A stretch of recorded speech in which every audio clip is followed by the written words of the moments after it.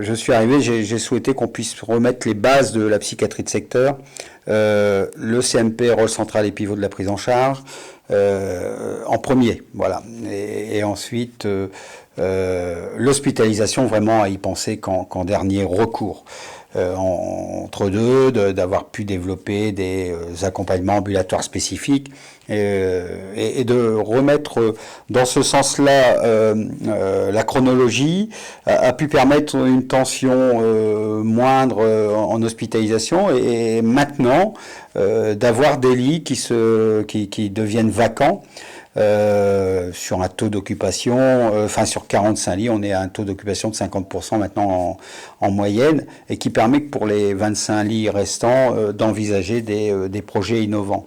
Les projets innovants, c'est le thème de notre séminaire. Alors, on va les amener autant dans la cohésion d'équipe que sur vraiment la technicité et puis l'offre de soins qu'on va proposer à nos patients. En hospitalisation, des programmes séquentiels à la semaine avec où les groupes homogènes de patients puissent se définir et que ça ne soit pas de la psychiatrie ou les services de psychiatrie que vous connaissez et qui sont encore comme ça, où le tout va, le médico-social, le déficient qui n'est pas bien arrive avec le dépressif qui ne demande qu'à une chose, c'est de sortir.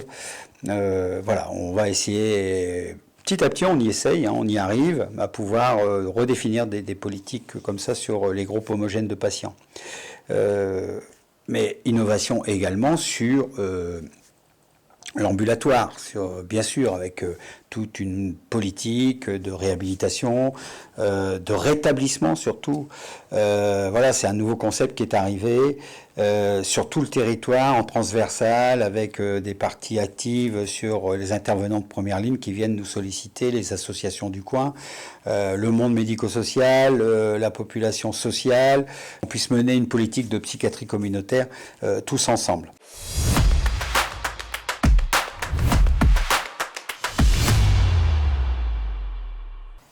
Ambulatoire, c'est-à-dire de diminuer, tant que faire se peut, les temps d'hospitalisation. Les temps d'hospitalisation qui sont reconnus pour faire perdre en autonomie très souvent les usagers qui sont accueillis.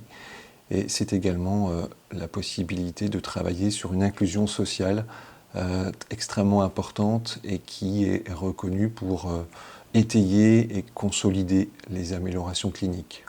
Novatrice parce que cela nécessite une posture de soins un peu différente de celle utilisée auparavant dans l'exercice médical. La relation devient beaucoup plus horizontale. L'usager devient un partenaire à part entière, actif dans son soin.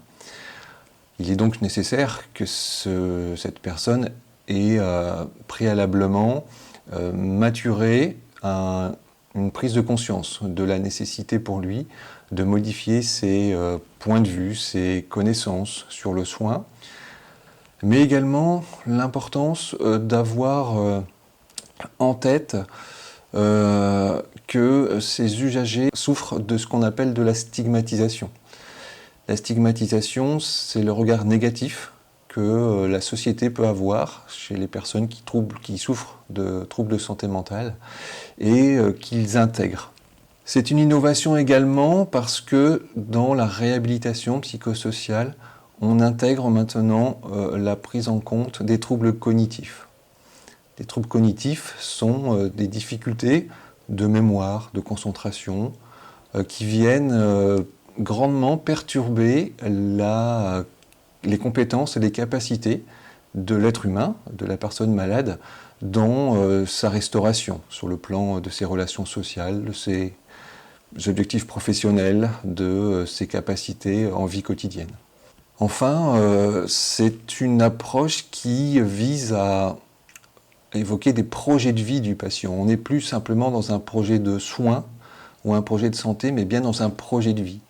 On vise, pour cette personne accompagnée, une restauration, une réintégration, une inclusion sociale la plus complète possible. Enfin, l'usager, c'est également une place qui lui est donnée dans la réflexion sur les outils qu'on met en place. dans l'institution, dans tout ce qu'il peut apporter, son regard dans nos pratiques. Puisque qui connaît mieux que la maladie que la personne qui en souffre elle-même? Et c'est vraiment un partenaire à part entière, pas seulement dans la relation thérapeutique, mais également dans la pratique que nous développons actuellement.